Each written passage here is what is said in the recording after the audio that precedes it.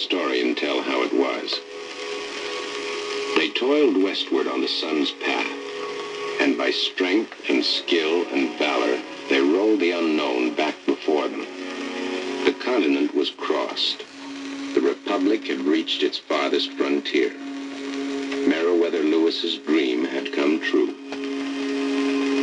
And the thing was done.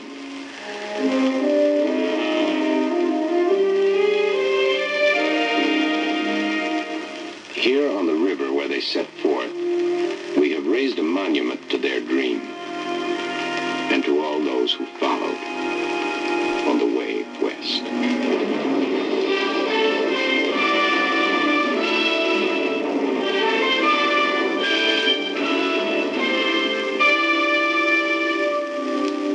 Their dream had shaped half a continent. How was their monument to find its form?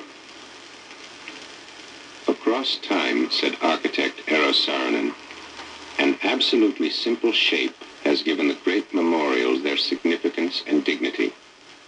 Here, neither an obelisk, a pyramid, nor a dome would do.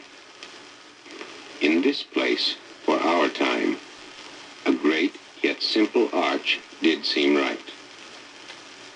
And so it was. But concealed in its simple shape was a set of construction complexities which would challenge both architect and engineer.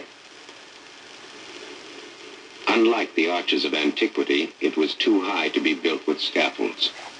Each leg had to be self-supporting till they were met and joined together. And each leg would have to carry on its back to 630 feet the machines and the men who would build it. Above 300 feet, the legs would tend to sway and flutter, so they'd have to stiffen them with steel tendons and bond the skins with concrete, forming building blocks heavy as a locomotive. It would stand higher than any monument in the land and weigh more than an aircraft carrier, yet be strong enough to sway only 18 inches in a 150-mile-per-hour wind. No detail could compromise its grace and beauty, but every component would have to bear its load across time, including the outer surface.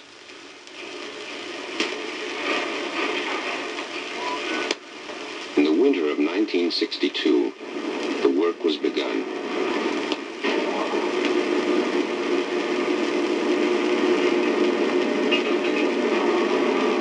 They would handle over 900 tons of stainless steel before they were through. 165,000 square feet of quarter-inch plate, more than for any other single project in history.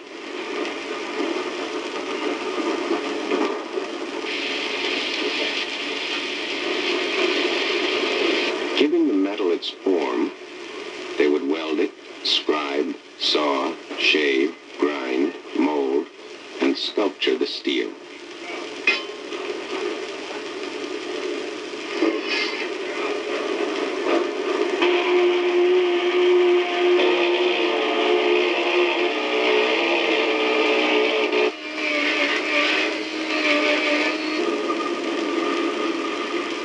Before they were done, they would join together metal of most every shape and size.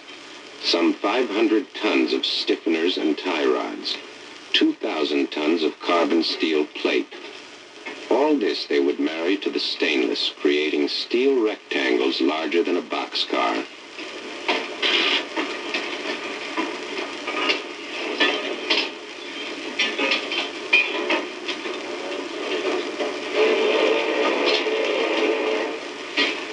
Mating the carbon steel plates to the back of the stainless finished what was labeled a subsection.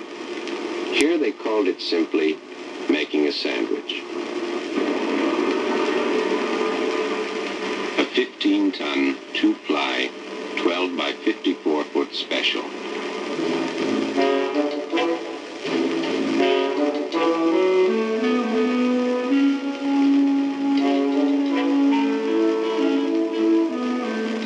Steel bearing steel, away from its Pennsylvania origins. In St. Louis, the triangular foundations had been formed and set. 26,000 tons of concrete sunk 60 feet down into native bedrock. They stood in their place now, ready to bear their first burden of steel.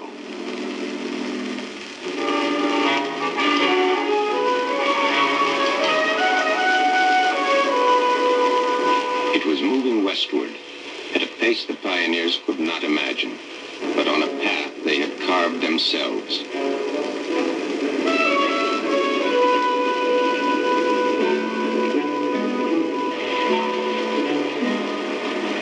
Finally, the Mississippi. Here on the river that still tells where the West began, they made ready to raise their span of steel. And the work was passed to the hand of the iron men. Get up!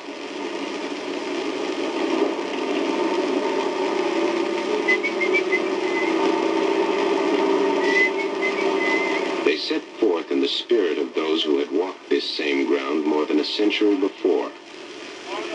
Ahead of them, they saw only hard work, a far-off destination, a thing to be done.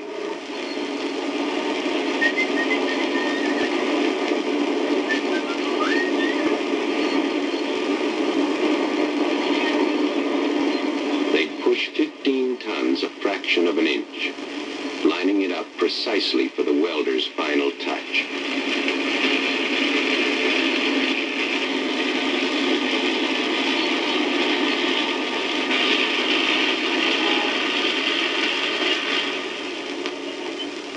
The first piece was ready February 12, 1963. Close by, Lewis and Clark had set out to the sound of cannon shot and cheering. Only the silent snow would witness this beginning.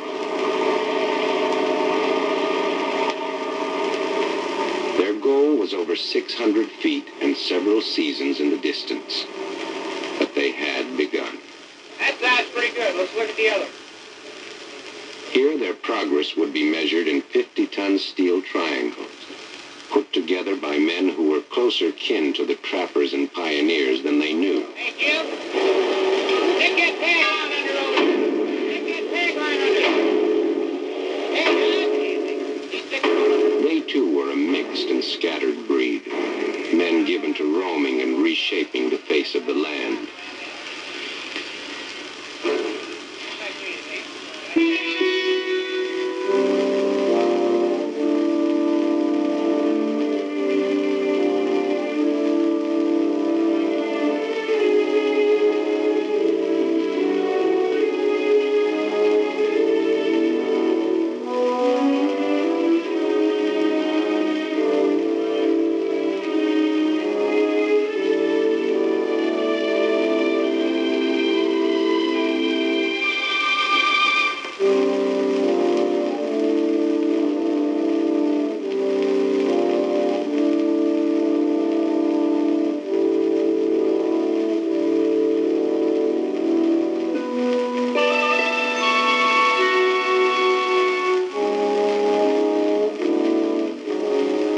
It had been designed to fit, and carefully engineered that way.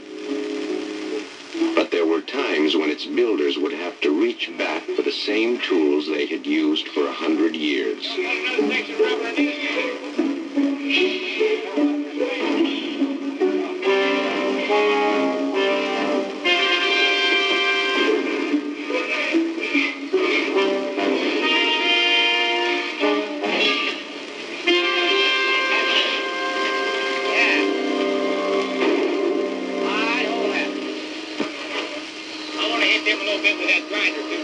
Once seated, each section had to be brought into line with the one below. The welding gap would be honed to its proper 1/8 of an inch width and tack welded to true fit. Then the sections could be permanently joined, bonded together along all three sides, creating a continuity of strength. Summer 1963. 6 sections are up, 72 feet high. The ground cranes can reach no higher.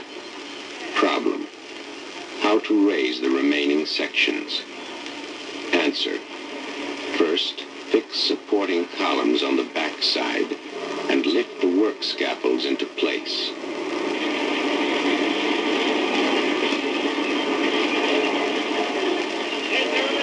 Then, pick up an 80-ton platform derrick, swing it into position, and attach it to the back side.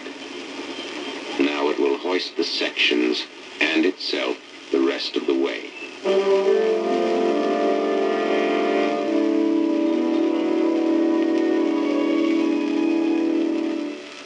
By the fall of '63, the distance they had come was reflected in the great river, and for the first time its grand scale was apparent.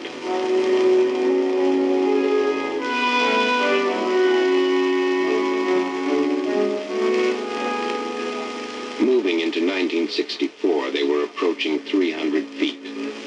Up to this level, much of their work was concealed in the innards. Before each concrete pour, they placed a set of steel tendons in carefully calculated positions. When spliced with the ones below, these tendons formed an unbroken band of strength, running down between the skins deep into the foundations of the arch. When the splicing was done, they were ready for the concrete.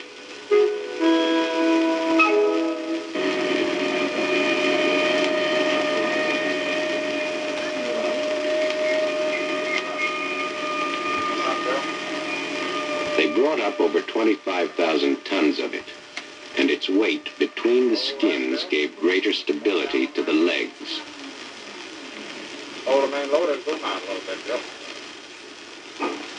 The concrete also served as a bond between the inner and outer skins, and it was here that the steel tendons were brought into play. The tendons possessed great tensile strength, which must now be captured and locked, squeezing the concrete and skins together. To stretch them to the locking point would take 70 tons of pull.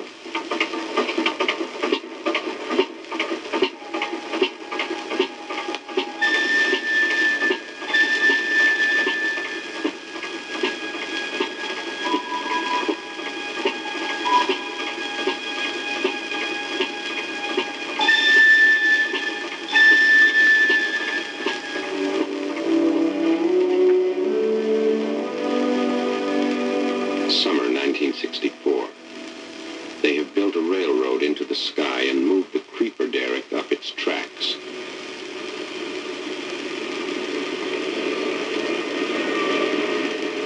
On this day, more track must be laid, and the creeper pulled up to its next station, 400 feet.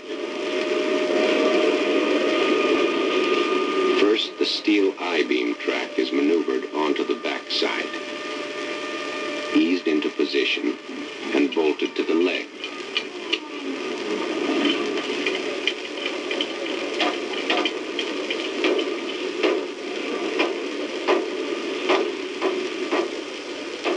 At 400 feet, they were handling the same tonnages and tasks as they had down below, but there were differences.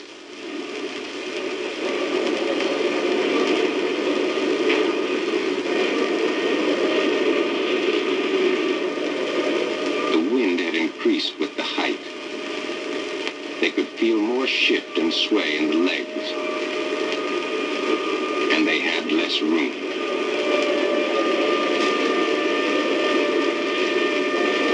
When the lifting bar and cable were fastened down tight, they were ready to lift.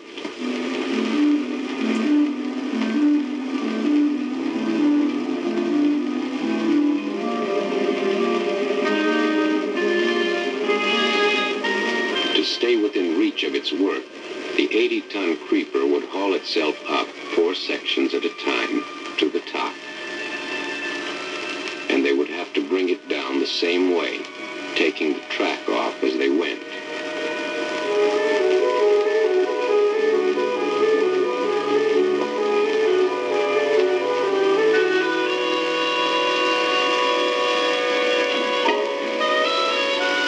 After each lift, they would lock it off,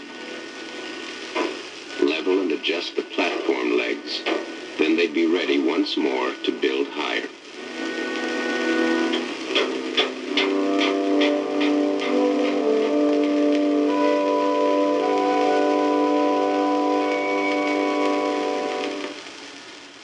To minimize error and ensure uniform temperature conditions, they took their geometry control readings at night. Sighting on target lights, they would locate exact points on the corners of the legs. Their readings would be compared with computerized ideal points. Their margin for error, 1/64th of an inch, could mean failure at the top.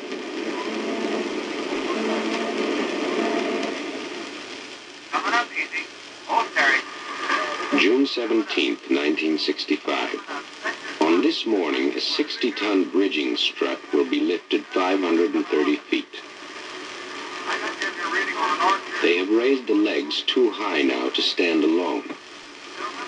They must join them together before they can build any higher. 300 on the top bar.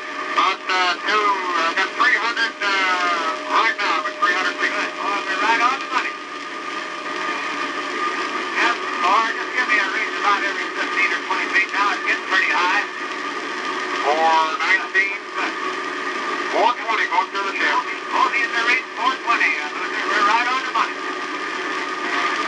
Looks like we can take over most any time. You know what they're going to do, don't you, Morgan? Yeah. 78.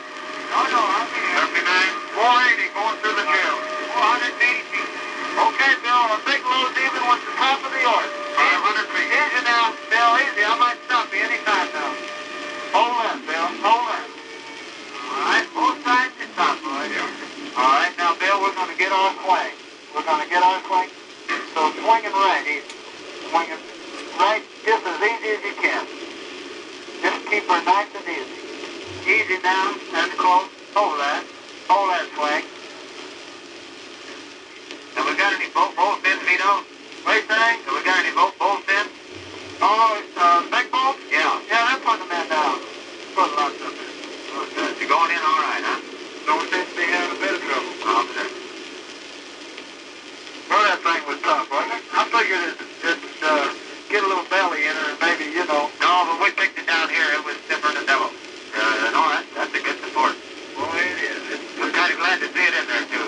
Yeah, me too. When that storm comes up, it won't shake you off of there anymore.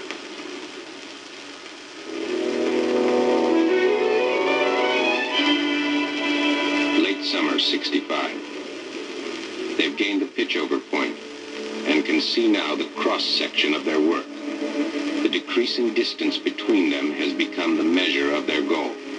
Okay. With luck, in a few weeks' time, they'll be close enough to touch.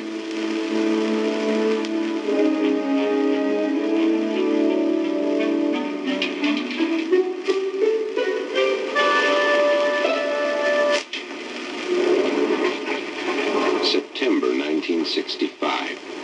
More than 2.5 years since they first began. Getting to work now has become a job in itself. What used to be a short climb up the ladder is now a 12-minute ride on the backside.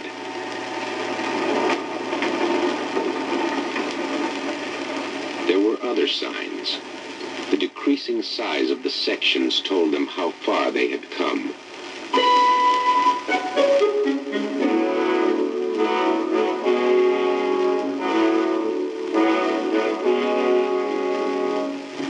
When they saw the ventilator hole for the hoist motor, they knew it was section number 6.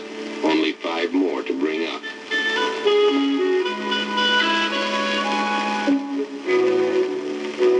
Back when they began, the project had attracted its share of skeptics. But through the long cycle of the seasons, whatever the wind or the weather, they had pushed their work higher and higher.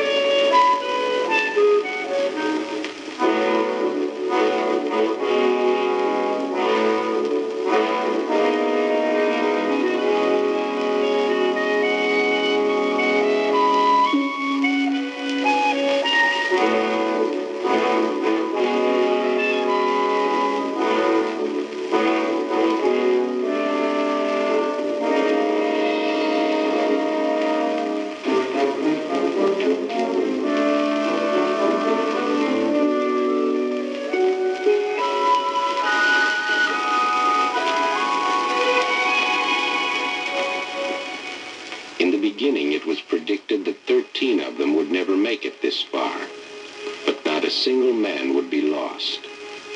And the closer they came, the more carefully and deliberately they moved.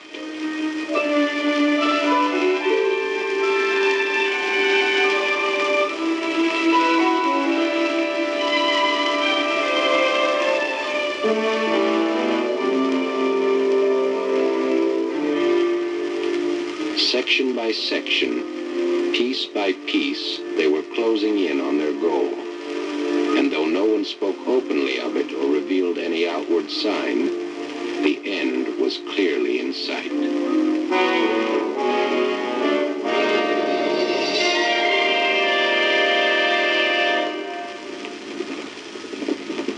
October 28, 1965. Sky clear. Temperature 40 degrees. Wind 10 miles an hour from the east. Down below, the final piece moved toward its liftoff. On top, the tension began to mount with the temperature. The engineers figured it was a race with the sun. To set the last piece, they must first jack the legs apart. But the south leg had begun to expand and deflect in the sun's heat. The last piece must be brought up before the legs were forced too far out of line.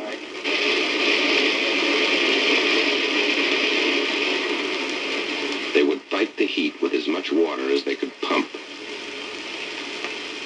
But they sent up word that it would only work for a while, 45 minutes at the outside.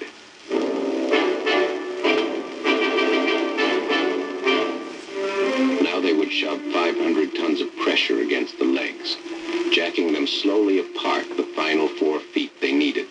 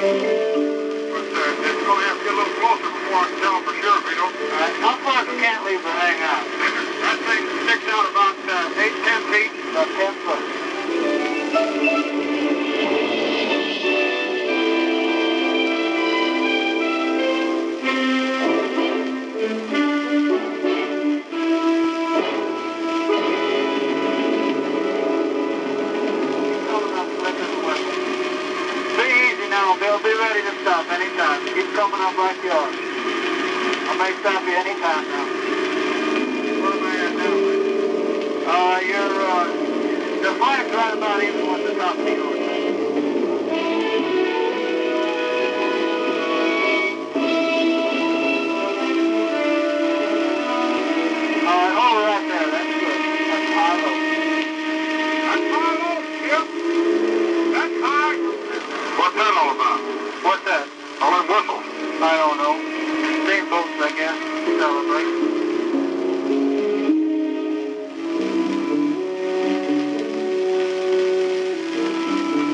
historian was writing of Lewis and Clark, but the spirit of his words belongs just as truly to those who shaped and raised this monument.